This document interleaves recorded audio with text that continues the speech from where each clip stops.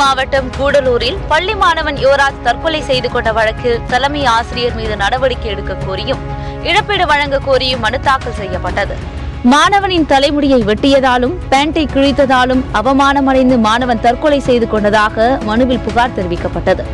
இதனை விசாரித்த நீதிபதி சுப்பிரமணியம், மாணவர்கள் ஒழுக்கத்தை கடைபிடிக்கும் வகையில் தலைமை ஆசிரியர் செயல்பட்டுள்ளார் என்றும், ஒரு மாணவர் தற்கொலை செய்து கொண்டால் எவ்வித ஆதாரமும் இல்லாமல் ஆசிரியர் மீது குற்றம் சாட்டக்கூடாது, பொதுவான குற்றச்சாட்டால் பள்ளியின் பெயரும் பிற மாணவர்களின் நலனும் பாதிக்கப்படுகின்றன என்றும் மிக சரியாகவே சுட்டிக்காட்டியிருக்கிறார்.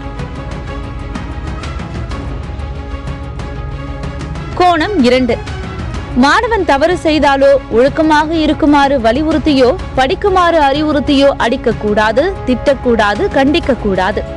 இதனால் மாணவன் மனம் புண்படும் என்றால் பின்னர் ஆசிரியர்கள் தான் எதற்கு? ஆசிரியர்களின் வேலைதான் என்ன?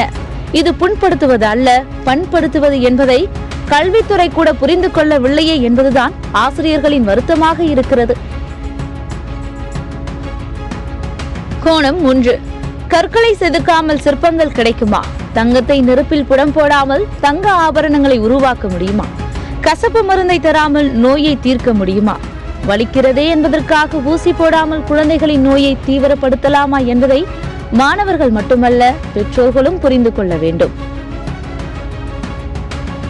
கோணம் 4. ஆசிரியர்கள் கண்டித்தார்கள் என்பதற்காக அவர்களை சிறைக்கு அனுப்பினால் நாளை மாணவனின் எதிர்காலம் முழுவதுமே சிறையில்தான் கழிக்க வேண்டியிருக்கும் என்பதையும் மறந்துவிடக் கூடாது. ஆசிரியர்கள் தான் மக்கள் தொகை கணக்கெடுப்பு பணியிலிருந்து வாக்குச்சாவடி வரை சென்று ஜனநாயகத்தை காக்கும் கடமையிலும் ஈடுபடுகிறார்கள். எனவே ஆசிரியர் பணி என்பது சமூகத்திற்கும் எதிர்கால சந்ததியினருக்கும் தேவையான மிகவும் மகத்தான பணி என்பதையும் மறந்துவிடக்கூடாது. கோணம் 5.